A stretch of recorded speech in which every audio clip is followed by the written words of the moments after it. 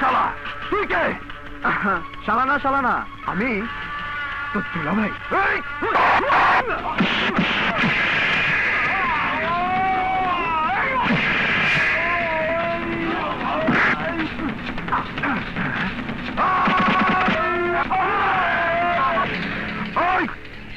এই দুলাভাইয়ের বাচ্চার একটু জামাই আদর কর। যা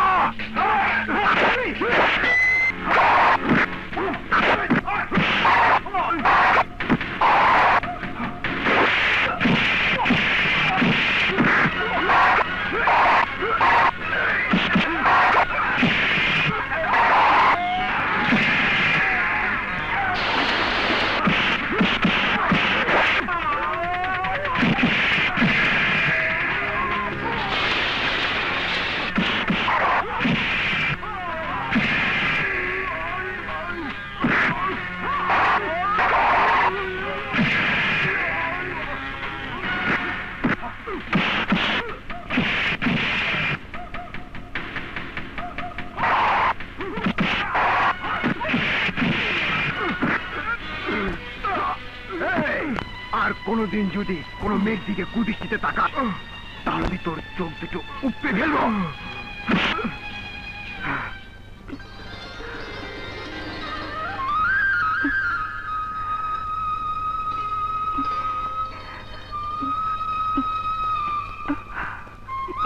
বয়স তো কম নয়, এ বয়সে এত স্বাধীনভাবে চলতে নেই।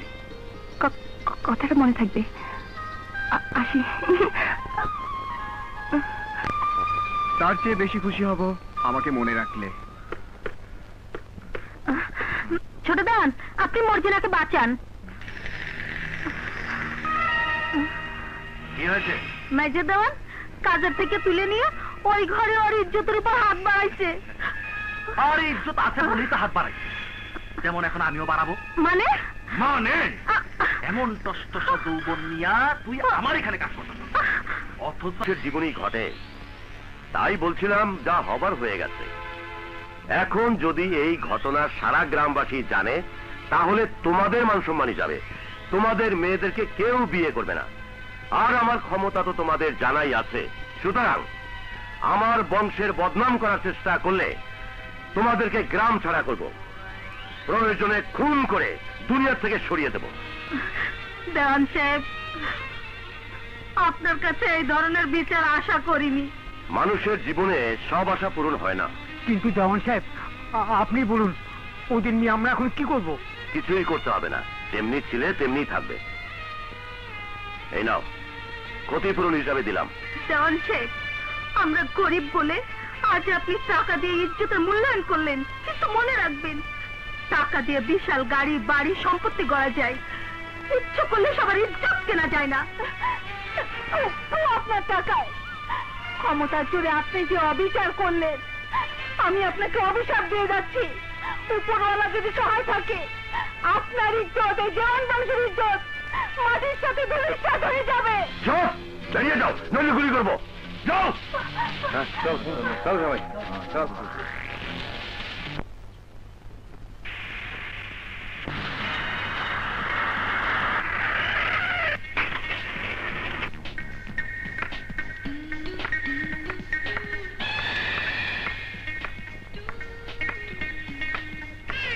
যেমন বংশ তেমন সুন্দরী মাইয়া, একেবারে রাজকন্যা।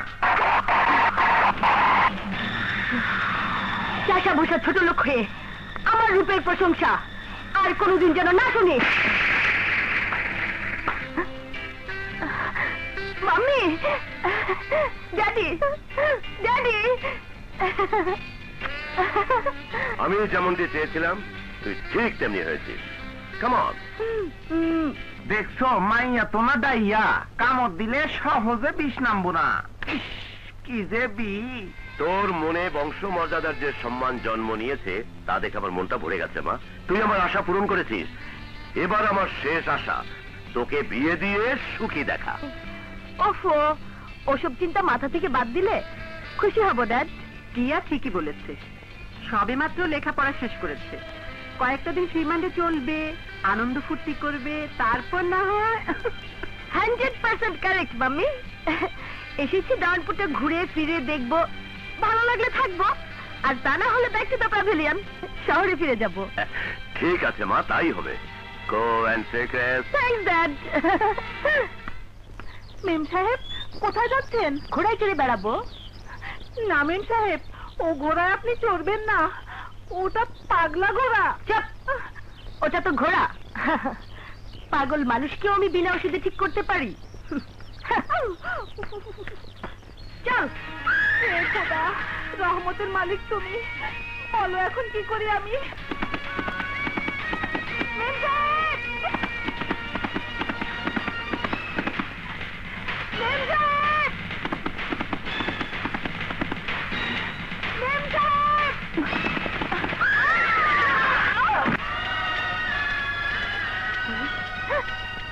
তুমি? তোমার স্বাস্থ্য কম নয়? আমাকে স্পর্শ করেছ? জানো আমি কে? তা জানার দরকার নেই। বিপদে রক্ষা করার পরিণাম যদি এইভাবে জানতাম, তাহলে দু চোখ ভরে আপনার হাত পা ভেঙে পঙ্গু হওয়া, আর না হয় এই অহংকারী জীবনটার মরণ দেখে আফসোস করতাম। ইউ রাস্কেল, আমি তোমাকে দেখে নেব। মাম্মি, বিনা ওষুধে পাগল ভালো করেন, এখন তো আপনার ওষুধ দরকার। কার এত বড় সাহস যে তোকে অপমান করেছে? বল কোন সে কুত্তার বাচ্চা, আমি তাকে জ্যান্ত পুঁতে ফেলবো। এমন শাস্তি দেব যেন দেওয়ানপুরের আর কেউ তোর দিকে চোখ তুলে তাকাতে সাহস না পায়। বল মা, ও কার সন্তান, কোথায় থাকে? তুমি বড় বেশি উত্তেজিত হয়ে পড়েছো ড্যাড। তোমার কিছুই করতে হবে না। ও যে বেদবি করেছে, ওকে আমি খুঁজে বের করে বুঝিয়ে দেব আমি কে।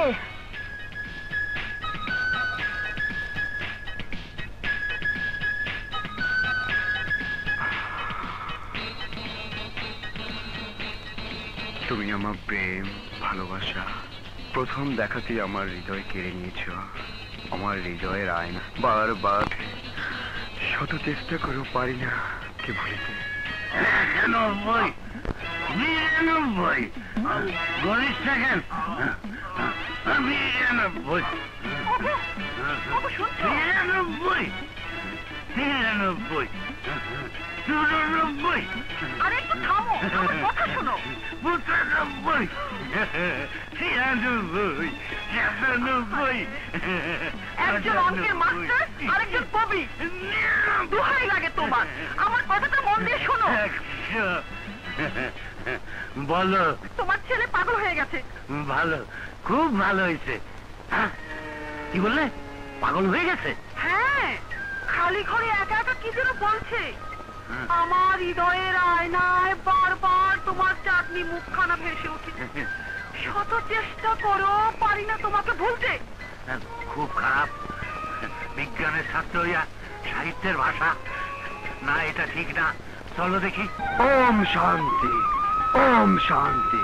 বিপদ, মহা বিপদ। সাধু বাবা।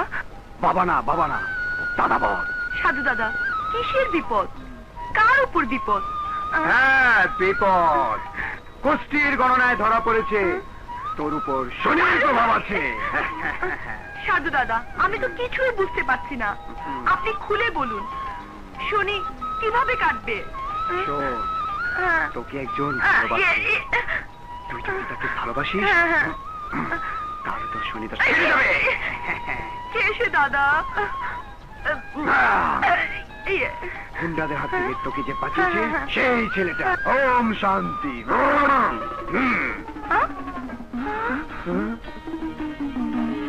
কি হলো, কথা বলছে না কেন?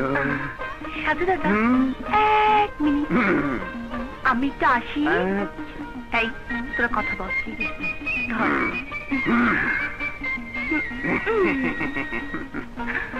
সাধুর বাচ্চা দেখাচ্ছি মজা। সাধু দাদা, আমার শনির দশা কেটে গেছে, এখন একটু আপনাকে আদর করি। আদর করে আদর, এবার বুঝবে যে মজা আদরে।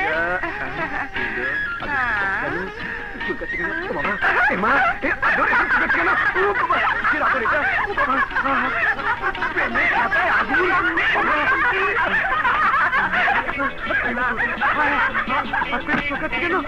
এটা কিসের প্রেম? ও বাবা, পানি! সাধু দাদা, এবার বুঝবে প্রেমের মজা। কত ধানে কত চাল। চুপ করছি কেন? এই, চল। তাই নে, বাবা।